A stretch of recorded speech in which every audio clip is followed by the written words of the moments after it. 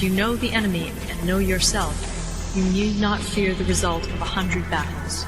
Hello, my name is BM Fox and welcome to the Players League. What is the Players League? The Players League is a tournament for players with a level of 80 and higher. During the tournament, which takes place over the whole year, players are gonna fight each other in all different kind of map types. The first game in the Players League, as you can see, is on a Homefront map. There are 45 players in teams of 3 players, so that makes 15 teams. There are also 2 game admins in it to supervise and to see that all the rules are respected. The 2 game administrators are Rod Paulo, he's a game operator from the Portuguese server, and myself as a moderator from the English server. The map has started with 24 hours of AI piece. As you can see, most AI here, they have been attacked already. So there are only 3 AI left in the game here, West Ontario, which is a player AI country. We have here North California, who is also AI. And then we finally also have here New York, which is also an AI. And you can see that even though it was the rule not to attack player AI because they give too much advantage to a player if he can capture 5 cities and get the money from the capital, even though we had this rule, one player didn't respect it, which was East Ontario. But you can see he chewed off more than he could bite and he has been inactive, so he got halfly conquered by 2 AI already. And by now, it is my guess, he has left the game. He has been kicked out of his coalition and he has been kicked out of the player league.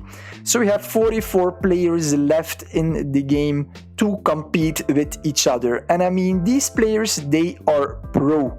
As you can see, I have with all the players, I have shared maps so I can see everything that they are doing. I can see their tactics, I can see what they are building, I can see their troop movements, their tactics, I can see everything. So what I'm going to do during this player league, or at least this game, because I also would like to play in the player league, I am in this game, I am going to comment on the gameplay like on TV on sports commentary. I'm gonna give you real-time explanations and comments on all the game style of all the players that are participating. Alright, so I have here the information open for the Players League event number 1. The lowest ranked player is Fox Oferius 944. He's level 84. He has pretty low stats, so I don't think he will be able to make it during this game, but you never know. Some players, they play competition which can affect their stats a lot. Let's check out the highest ranking player. So first we have all the sergeant ranks, the lieutenant ranks, lower officers ranks, and then we have the higher officer ranks. Keep scrolling down. We get here with the stars, with the generals, 2-star generals, and the highest ranking player is Wavering Spy. As you can see, he has excellent stats, so each and every one of these players are very good players. Some of those names here you might sound familiar to you. These are all pro players, they all will fight till the end. This is gonna make great content, so fasten your seatbelts, let's get into it. So it is D-Day, we are 7 minutes only into day 4, the 3 days of player peace have been finished, players can attack, so let's get ready for the rumble in the jungle.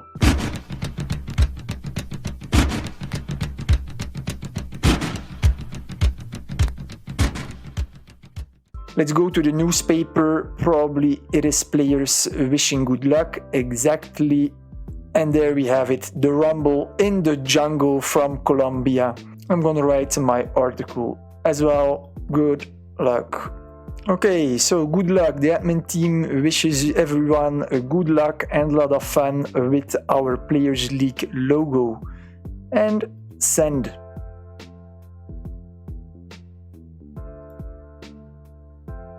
So this is it, the first time that I'm gonna be commenting like a sports commentator. I hope I'm gonna be able to do a good job because I am from Europe. I am not very familiar with all the states of the US, so I'm gonna try to do my best.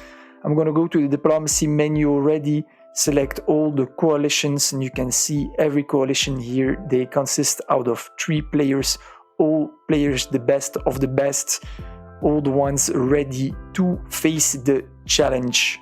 War has now been raging for over 4 hours and 18 minutes.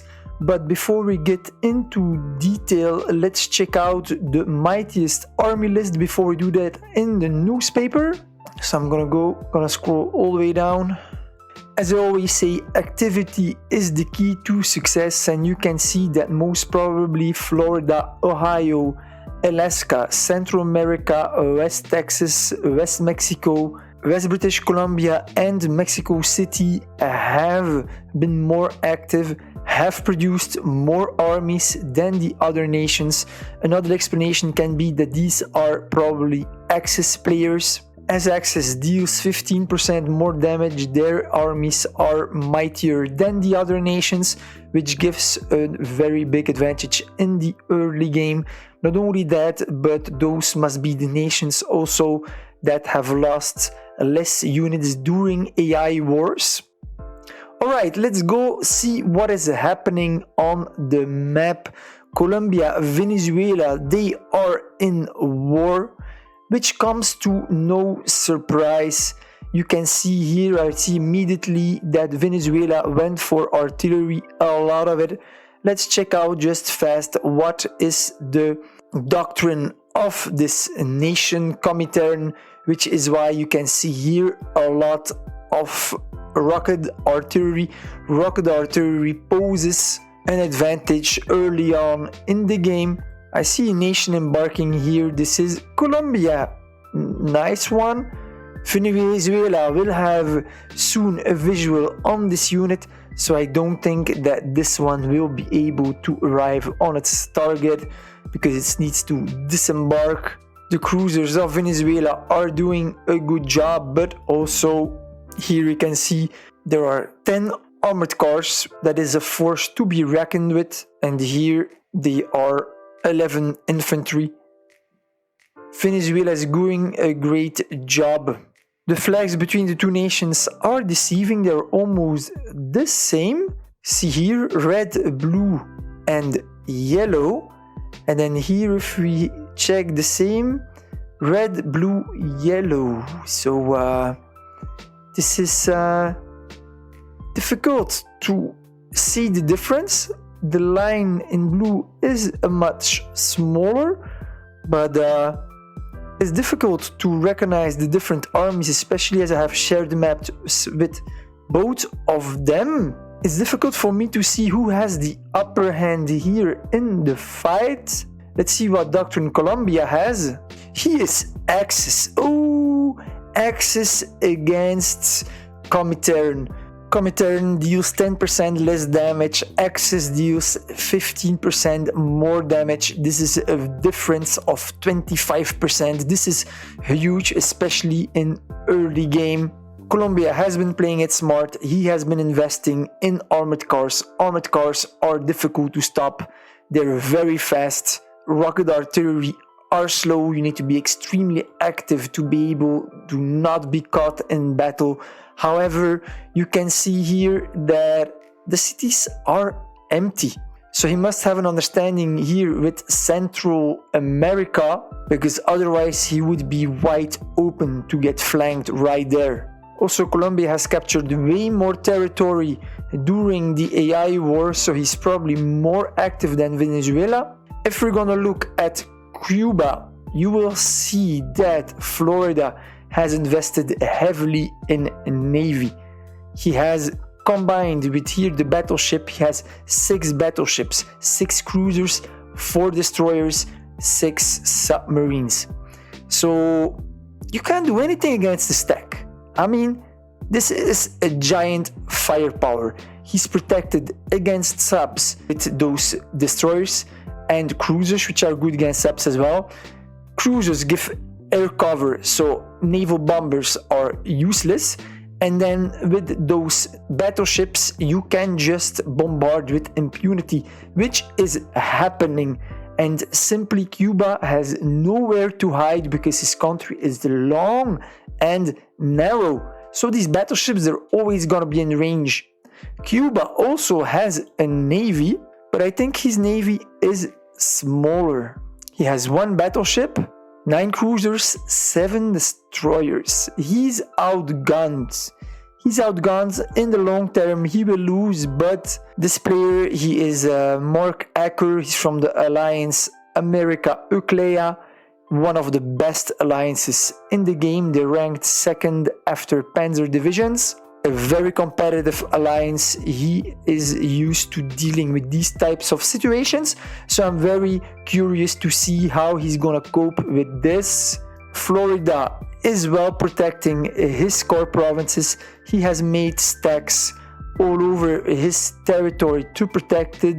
He has troops all over his coastline, so it's gonna be impossible to surprise him somewhere in a province. For sure, he has allied himself with Alabama. Then again, Alabama will get hard pressed here by North Carolina. I mean, on the Homefront map, you can get attacked from all kind of fronts. East Texas here is being eaten by West Texas. Seems like he is allied with Mississippi. Mexico City is going to get attacked here by East Mexico as far as I can see. I'm not entirely sure what is the role here of South Mexico. He's moving a bit everywhere centrally in his country. I don't know what he's actually going to do. He has medium tanks. Nice, medium tanks. Only day 4. I'm gonna select his army. I'm curious to see what he has. Oh, 11 rocket artillery, 3 artillery, 5 medium tanks together with his starting units. This is an army to reckon with. What is his doctrine? Let's check it out. Axis. Ooh, dangerous, dangerous. What else? Let's check a bit more with the northern countries right now. Here is not happening much, right? New Mexico isn't moving, Arizona neither.